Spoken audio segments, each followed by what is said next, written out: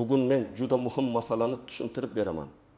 Pensiya indeksatsiyasi, qayta hisob-kitob, pensiya jamg'armasi yoki boshqa mas'ul idoralarning odamlar tushunmaydigan tarzda javob berishi va eng asosiysi, ayrim pensionerlarga pul qaytarilayotgan holatlar.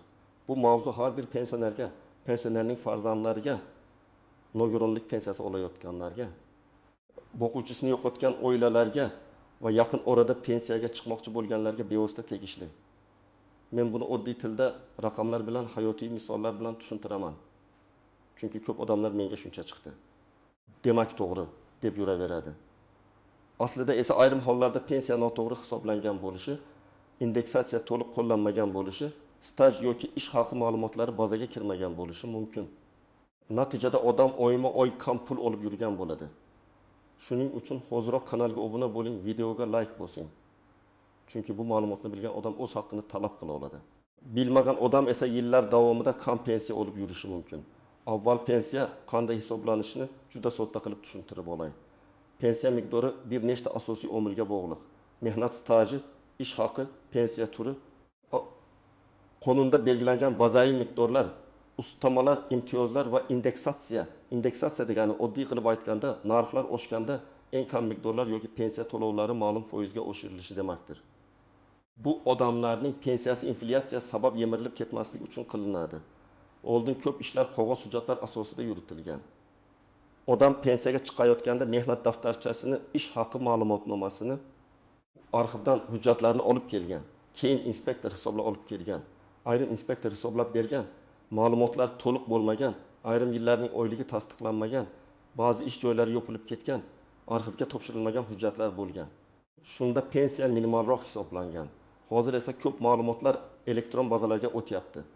Soliq bazasi, mehnat bazasi, ish haqi bo'yicha ma'lumotlar ijtimoiy himoya tizimi, bank to'lovlari bir-biriga ulanmoqda.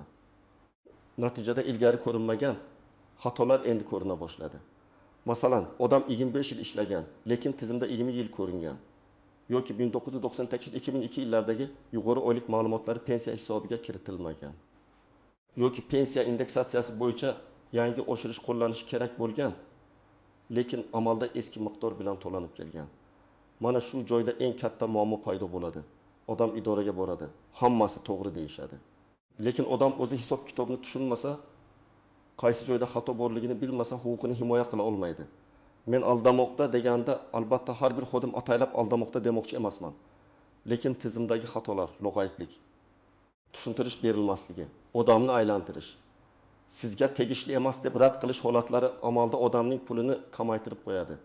Oddiy pensioner uchun esa natija bitta. U o'z pulini vaqtida olmaydi. Ilgari pensionerlarning ko'pchiligi pensiya qog'ozda yozilgan summani tekshirmasdi. Masalan, odamga 1.200.000 so'm pensiya chiqdi. U esa davlat shuni belgilabdi deb qabul qiladi.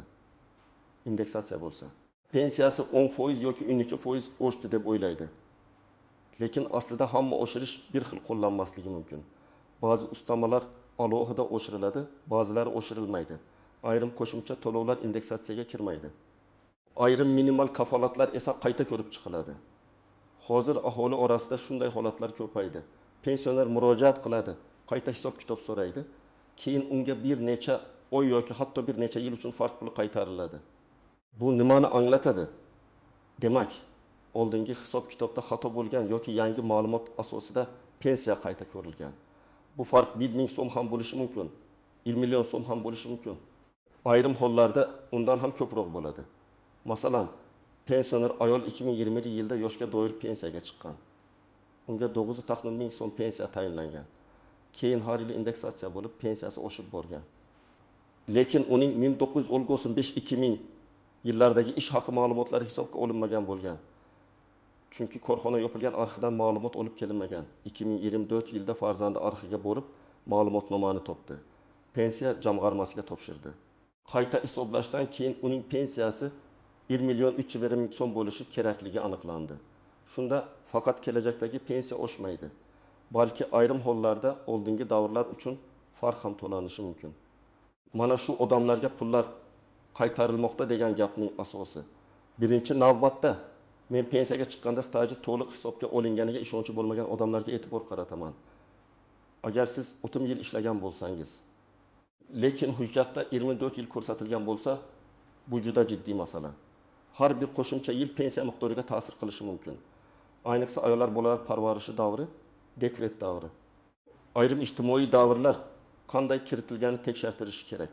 Ikkinchi guruh ish haqi yuqori bo'lgan, lekin pensiyasi juda past chiqqan odamlar. Masalan, bir odam 2005-2010 yillarda yaxshi maosh olgan, rahbar, muhandis, shifokor, o'qituvchi, bank xodimi yoki zavod mutaxassisi bo'lib ishlagan. Lekin pensiyaga chiqqanda unga juda past summa tayinlangan. Bu yerda savol tug'iladi. Qaysi davr ish haqi hisobga olingan? Eng foydali davr tanlanganmi? Oylik ma'lumotlari to'liq tasdiqlanganmi? Agar eng past maoshli yillar hisobga kirib qolgan bo'lsa, pensiya kam chiqadi. Uchinchi guruh pensiyasi indeksatsiyadan keyin ham deyarli oshmagan odamlar. Masalan, televizorda yoki rasmiy xabarlarda pensiyalar oshgani aytiladi. Siz esa bank kartangizga qaraysiz, 20 ming yoki 30 ming so'm farq ko'rasiz. Albatta, hammaning pensiyasi bir xil foizda oshadi deb avtomatik xulosa qilish noto'g'ri. Lekin baribir agar oshish tushunarsiz darajada kam bo'lsa, hisob-kitob varag'ini talab qilish kerak. 4-guruh nogironlik pensiyasi olayotganlar. Bu yerda nogironlik guruh ish staji, kasallikning mehnat jarayoni bilan bog'liqligi, qo'shimcha ustamalar, parvarish to'lovlari kabi omillar bor. Ba'zi oilalar faqat nogironlik pensiyasi chiqdi deb o'ylaydi, lekin qo'shimcha huquqlar borligini bilmaydi. 5-guruh boquvchisini yo'qotgan oilalar. Masalan, ota vafot etgan, oilada voyaga yetmagan bolalar qolgan. Pensiya tayinlangan, lekin bola soni o'qish holati marhumning ish staji yoki ish haqi noto'g'ri kiritilgan bo'lishi mumkin. Bunday xatolar oilaning oyma-oy oladigan puliga ta'sir qiladi. Hayotiy misol keltiraman. Toshkent viloyatida yashovchi bir erkak kishi 28 yil ishlagan. Lekin pensiyaga chiqqanda 22 yil staj tan olingan. Sababi 1990 yillardagi bir korxonada ishlagani mehnat daftarchasida yozilgan, lekin muhr noaniq bo'lgan. Inspektor bu davrni to'liq qabul qilmagan. Odam esa indamay ketgan. Keyin arxivdan buyruqlar nusxasi, ishga qabul qilish va ishdan bo'shatish hujjatlari topilgan. Qayta murojaatdan keyin 6 yil staj qo'shilgan. Pensiya miqdori oshgan va farq puli hisoblangan. Yana bir misol. Ayol kishi 3 nafar farzandni tarbiyalagan, ishlagan, keyin pensiyaga chiqqan. Uning mehnat faoliyatidagi ayrim tanaffuslar ishlamagan davr deb qolgan. Lekin ayrim davrlar qonun bo'yicha stajga kiritilishi mumkin bo'lgan. U buni bilmagan. Qayta tekshiruvda hujjatlar to'g'rilanib, pensiyasi oshgan. Mana shuning uchun men doim aytaman. Pensiya tayinlangan bo'lsa, ish tugadi degani emas. Uni tekshirish mumkin. Kerak bo'lsa qayta hisoblatish mumkin. Agar siz pensiyaga yaqinda chiqqan bo'lsangiz, barcha ish stajingiz elektron bazada to'liq ko'rinsa, ish haqi ma'lumotlari soliq tizimida bor bo'lsa, pensiya tayinlanganda sizga hisob-kitob batafsil ko'rsatilgan bo'lsa va indeksatsiyadan keyin oshish miqdori mantiqan to'g'ri bo'lsa, unda katta xavotirga asos bo'lmasligi mumkin. Lekin shunda ham men kamida bir marta pensiya ishingizni ko'zdan kechirishni tavsiya qilaman. Ayniqsa, men hammasini tushunmayman, davlat o'zi biladi deb yurish to'g'ri emas. Davlat tizimi katta tizim. Katta tizimda xato bo'lmasligi kafolatlanmagan. Xodim ham odam, baza ham noto'g'ri ma'lumot olishi mumkin. Eski hujjat ham yo'qolgan bo'lishi mumkin. Shuning uchun tekshiruv bu janjal emas, bu sizning qonuniy huquqingiz. Endi eng muhim nozik joylarga o'tamiz.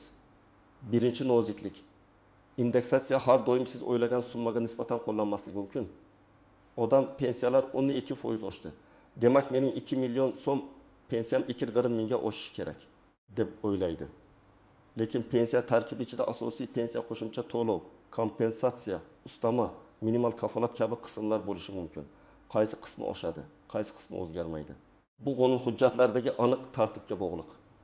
Shuning uchun bankka tushgan summa bilan e'lon qilingan foizni oddiy ko'paytirib xulosa qilish har doim ham to'g'ri emas. Ikkinchi noziklik, qayta hisoblash hamma vaqt avtomatik bo'lmaydi. Ayrim pensionerlar agar menga tegishli bo'lsa, o'zlari qo'shib beradi deb o'ylaydi. Amalda esa siz yangi hujjat topshirmaguningizcha tizim bilmaydi. Masalan, sizning 1997 yildagi ish haqi ma'lumotnomangiz arxivda turibdi, lekin pensiya jamg'armasi bazasida yo'q. Xodim uni o'zi borib izlamaydi. Hujjatni olib kelishingiz yoki rasmiy so'rov yuborishingiz kerak. Uchinchi noziklik. Farq puli qaysi sanadan to'lanishi masalasi. Bu juda muhim. Ba'zi holatlarda pensiya qayta hisoblangan kundan boshlab oshiriladi. ba'zi holatlarda murojaat qilingan sanadan hisoblanadi. Ayrim holatlarda esa oldingi davr uchun ham farq to'lanishi mumkin.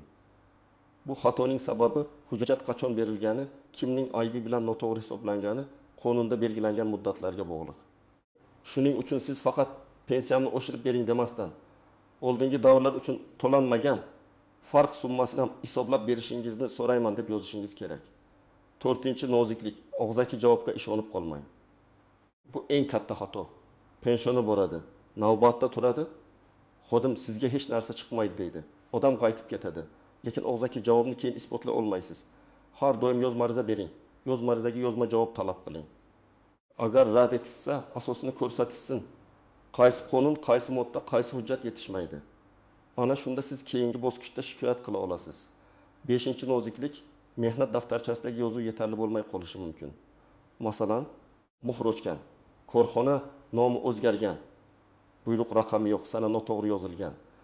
Bunday holatda arxiv ma'lumotnomasi, ishga qabul qilish buyrug'i, kasaba uyushmasi hujjatlari, harbiy xizmat hujjatlari, o'qish davriga oid hujjatlar kerak bo'lishi mumkin. 6-noziklik, bank kartasiga tushgan pul bilan pensiya hisob kitobi bir xil narsa emas. Kartaga tushgan summadan kredit, aliment, ijro hujjati, qarzdorlik ushlanmasi bo'lishi mumkin. Odam pensiyam kam tushdi deydi. Aslida pensiya to'liq hisoblangan, lekin ushlab qolish bo'lgan. Yoki aksincha ushlab qolish yo'q, lekin pensiya noto'g'ri hisoblangan. Shuning uchun aynan pensiya tayinlash va to'lov varag'ini ko'rish kerak. 7-noziklik, ayrim odamlar pensiya yoshiga yetgan bo'lsa ham ishlashda davom etadi. Ishlayotgan pensionerlar bo'yicha ham alohida tartiblar bo'lishi mumkin. Ish haqi, badallar, staj, qayta hisoblash masalasini tekshirib bo'lish kerak. Chunki pensiyaga chiqqandan keyingi ish faoliyati ba'zi hollarda keyingi hisob kitoblarga ta'sir qilishi mumkin. Endi nima qilish kerakligini aniq aytaman. Birinchi qadam, o'zingizdagi barcha hujjatlarni yig'ing. Mehnat daftarchasi, pasport yoki ID karta nusxasi, pensiya guvohnomasi, ish haqi ma'lumotnomalari, arxiv hujjatlari, harbiy bilet, diplom, bolalar tug'ilganlik guvohnomalari. Nikoh yoki familiya o'zgargan bo'lsa, shu haqdagi hujjatlar. Nogironlik bo'yicha TMMK ma'lumotlari, o'quvchisini yo'qotganlik bo'yicha o'lim guvohnomasi va oilaviy holat hujjatlari kerak bo'lishi mumkin. Ikkinchi qadam. Pensiya jamg'armasining tuman yoki shahar bo'limiga boring yoki elektron murojaat yuboring. Murojaatda aniq yozing. Mening pensiya ishim bo'yicha staj, ish haqi, indeksatsiya va ustamalar to'g'ri hisoblanganini tekshirib berishingizni. Pensiya miqdori qanday shakllanganini yozma ravishda tushuntirib berishingizni so'rayman. Agar sizda qo'shimcha hujjat bo'lsa, ushbu hujjatlar asosida pensiyamni qayta hisoblab, to'lanmagan farq summasini aniqlab berishingizni so'rayman deb yozing. 3-qadam, arizangizni ro'yxatdan o'tkazing. Agar qog'ozda topshirsangiz, 2-nusxasiga qabul qilingan sana. Kirim raqami va mas'ul xodim imzosini oldiring. Agar elektron topshirsangiz, murojaat raqamini saqlab qo'ying. Bu juda muhim, chunki keyin siz murojaat qilmagansiz deyishlariga yo'l qolmaydi. 4-qadam. Pensiya hisob kitobini talab qiling. Sizga faqat hammasi to'g'ri degan gap yetarli emas. Qaysi yillar stajga kiritilgan, qaysi yillar kiritilmagan, qaysi davrdagi ish haqi hisobga olingan, o'rtacha oylik qanday aniqlangan, indeksatsiya qaysi sanadan qo'llangan ustamalar bormi yoki yo'qmi, bularning barchasi tushuntirilishi kerak. 5-qadam. Agar rad javobi kelsa, uni diqqat bilan o'qing. Rad javobida ko'pincha muammo ko'rinadi. Masalan, 1994-1998 yillardagi ish staji tasdiqlovchi hujjat yo'qligi sababli kiritilmadi deb yozilgan bo'lishi mumkin. Demak, sizning vazifangiz o'sha hujjatni topish. Arxivga murojaat qiling. Sobiq korxona huquqiy vorisini aniqlang. Hokimlik arxivi, idoraviy arxiv, davlat arxivlari orqali ma'lumot izlang. 6-qadam, agar hujjat topilmasa, boshqa isbot yo'llarini o'rganing. Ba'zi holatlarda sud orqali ish stajini tasdiqlash masalasi ko'tarilishi mumkin.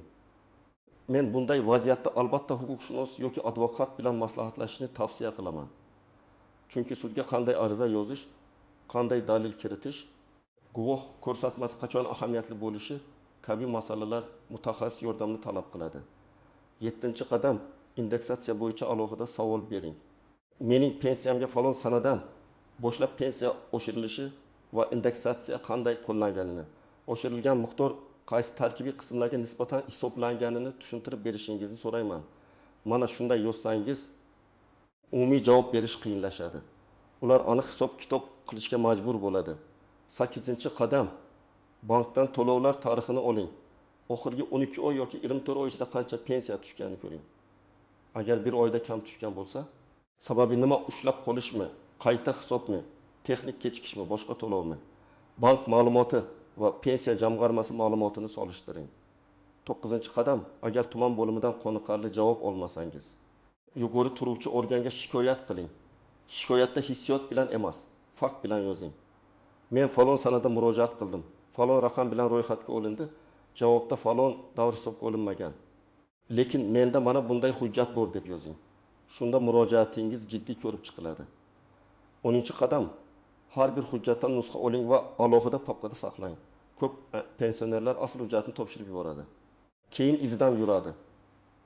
Asl hujjatni faqat zarur bo'lsa ko'rsating, topshirish kerak bo'lsa qabul qilinganini tasdiqlovchi hujjat oling. Nusxasiz qolmang. Bir pensionerning pensiyasi 1 million 1 ming so'm bo'lgan. Indeksatsiyadan keyin 1 million 190 ming so'mga chiqqan. U nega kam oshdi deb so'ragan. Tekshiruvda ma'lum bo'ldiki, uning pensiyasi minimal kafolatga yetkazib berilgan to'lovlar hisobiga shakllangan. Shuning uchun oshirish mexanizmi u kutganidek bo'lmagan. Bu holatda xato yo'q bo'lishi mumkin, lekin tushuntirish berilishi shart. Boshqa pensionerda esa aksincha bo'lgan.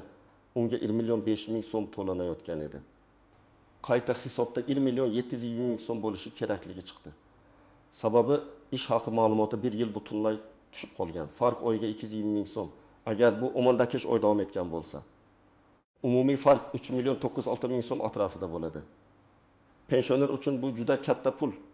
Dori-darmon, kommunal to'lov, oziq-ovqat uchun ancha yordam. Yana bir holat, boquvchisini yo'qotgan oilada 2 bola bo'lgan. Keyin katta bola kollej yoki oliy ta'limda o'qigan. Oila o'qish haqidagi ma'lumotnomani vaqtida bermagan yoki tizimga kiritilmagan. Natijada to'lov qisqargan. Keyin hujjat topshirilgach, qayta ko'rib chiqilgan. Bu yerda ham har bir oila o'z hujjatini vaqtida yangilab turishi kerak. Bugun men sizga eng muhim fikrni yetkazmoqchiman. Pensiya miqdori o'z-o'zidan doim to'g'ri bo'ladi deb ishonib yurish xavfli. Indeksatsiya, staj, ish haqi, ustama, qayta hisoblash va farq puli masalalarini tekshirish kerak. Kimdir chindan ham to'g'ri olayotgan bo'lishi mumkin, lekin kimdir yillar davomida kam olayotgan bo'lishi ham mumkin. Agar pensiyangiz shubhali darajada past bo'lsa, indeksatsiyadan keyingi oshish tushunarsiz bo'lsa, ish stajingiz to'liq kiritilmagan deb o'ylasangiz yoki eski ish haqi hujjatlaringiz topilgan bo'lsa, albatta yozma murojaat qiling. Og'zaki gap bilan cheklanib qolmang. Hisob-kitobni talab qiling. Kerak bo'lsa arxivdan hujjat oling. Kerak bo'lsa yuqori tashkilotga shikoyat qiling. Sizning pensiyangiz bu sadaqa emas. Bu siz yillar davomida qilgan mehnatingiz evaziga qonuniy haqingizdir. Shuning uchun uni tekshirishdan, so'rashdan, talab qilishdan uyalmang. Agar sizda ham pensiya indeksatsiyasi, qayta hisoblash yoki qaytarilgan pul bo'yicha tajriba bo'lsa, albatta izohlarda yozing. Boshqa odamlar ham sizning tajribangizdan foyda oladi. Videoga like bosing, kanalga obuna bo'ling va yaqinlaringizga yuboring. Chunki bu ma'lumot bitta pensionerning ham haqqini qaytarishga yordam bersa, demak biz juda muhim ish qilgan bo'lamiz.